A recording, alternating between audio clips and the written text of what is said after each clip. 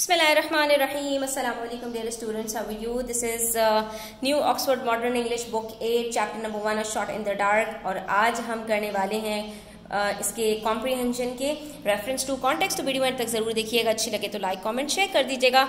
Channel subscribe नहीं किया है तो सब्सक्राइब कर लीजिए। तो क्वेश्चन नंबर 2 में हम आ जाते हैं क्वेश्चन पेज नंबर 11 पर। पार्ट 3 हमारे पास इसके अंदर पार्ट्स हैं और वो सब डिवाइडेड हैं 3 पार्ट्स के अंदर। तो पार्ट ए में कह रहे हैं Phillips Leatherby settle himself down in an almost empty railway carriage with the pleasant feeling of starting off an agreeable and profitable trip. ये बिल्कुल स्टार्ट के आपके पैराग्राफ में से लिया गया है जिसमें फ्लिप्स लेदरबाई अपनी जो है वो जर्नी स्टार्ट कर रहे थे और वो बड़े खुश जो है वो थे और अपने आप को बहुत कुछ समझते हुए जा रहे थे। तो पार्ट 1 में आपसे पूछ रहे हैं कि explain which word best describes how this character is feeling. तो आपको क्या लग रहा है कि फ्लिप्स लेदरबाई कैसा फील कर रहे हैं? अग्रीएबल भी ट्रिप है, प्रॉफिटेबल भी ट्रिप है और वो ख्वाब में अपने आप को एक मेंबर पार्लियामेंट बनते हुए देख रहे हैं। तो वो कैसा फील कर रहे होंगे? इरिटेटेड जो है वो इरिटेटेड कहते हैं चिड़चिड़ा होना, स्मग कहते हैं खुद पसंद होना यानी अपने आप को कुछ समझने लगना, और एम्बेरेस्ड कहते हैं शर्मिंदा होना। तो ऑफ कोर्स इसके अंदर जो इन्होंने 3 ऑप्शंस दिए उसमें से बिल्कुल क्रिस्टल क्लियर है कि वो अपने आप को स्मग फील कर रहे थे।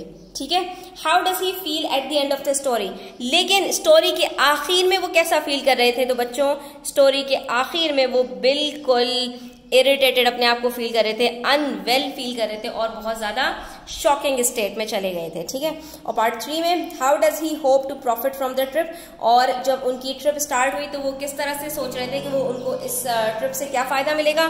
तो उनको ये था कि अगर मिसेस सॉल्टमैन जैगो की गुड बुक्स में वो आ गए तो उनके लिए ये एमपी की जो सीट है मेंबर पार्लियामेंट की वो पक्की है।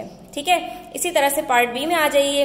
There was a tinge of coldness in his voice. ये हमने तब देखा था कि जब जो है वो बर्टी ने क्रेस्ट का तस्करा किया था तो मिस्टर स्लेदरबाई की जो आवाज थी उसके अंदर तलखी सी आ गई थी। तो उसके अंदर हमसे पूछ रहे हैं पार्ट 1 में कि what does the statement mean. इसका मतलब क्या है? इसका मतलब ये है कि उनकी आवाज के अंदर जो एक दोस्ती वाला जो एक अच्छा लहजा था वो बिल्कुल यकसर बदल गया और उसके अंदर बड़ी एक सर्द सी जो है वो आवाज हो गई उनकी कि जैसे उनको नागवार गुजरी हो, कोई चीज नापसंद हुई हो। Who is being described here, और ये किसकी बात की जा रही है? मिस्टर स्लेदरबाई की। And why does he feel as he does, और उनको ऐसा क्यों उन्होंने मतलब ऐसा जो है वो शो किया, तो उनको क्या चीज फील हुई थी ऐसी? तो ऑफ कोर्स कि उनको लगा था कि बर्टी ने उनसे झूठ बोला है क्योंकि जो क्रेस्ट उनकी मदर ने उनको जिससे स्टैंप लगाकर लेटर पे भेजा था उसका तस्करा जब बर्टी ने किया तो उसने बिल्कुल ही डिफरेंट एक क्रेस्ट का तस्करा किया। तो हम यहाँ पर लिख देंगे कि he has such feeling when he hears Bertie's description of his family crest and he believes that Bertie is lying। ऐसा होता है अक्सर, हमें भी जब ये लग रहा होता है कि हमारे सामने कोई शख्स झूठ बोल रहा है तो हमारे भी लहजे के अंदर एक अजीब सा जो क्या कहते हैं करख्तगी सी, सख्ती सी आ जाती है। तो मिस्टर स्लेदरबाई के साथ भी यही हुआ। ठीक है, तो ये पार्ट 2 पार्ट 3 का आंसर है पार्ट ए के, और पार्ट बी के तीनों के आंसर्स ये लिखे हुए हैं, आप अपने पास नोट डाउन कर लो या इसका स्क्रीनशॉट ले लो।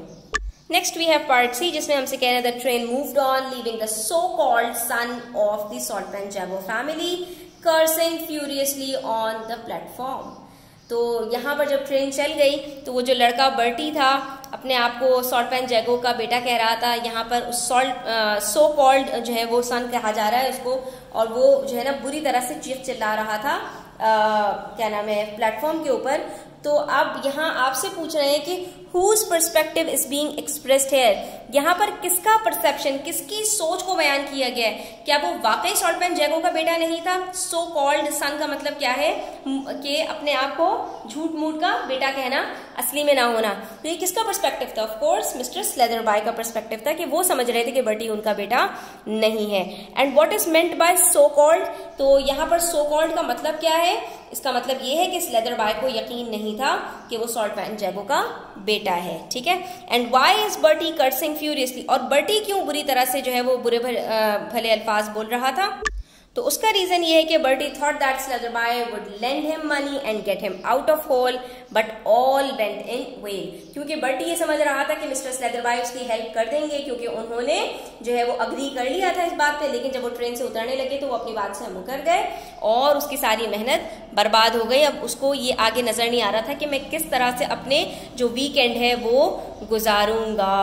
ठीक है, तो यहाँ पर हमारे ये जो रेफरेंस टू कॉन्टेक्स्ट है कंप्लीट हो गए students. I hope it would help you out और thanks for watching the video till the end. Take care, अल्लाह हाफिज।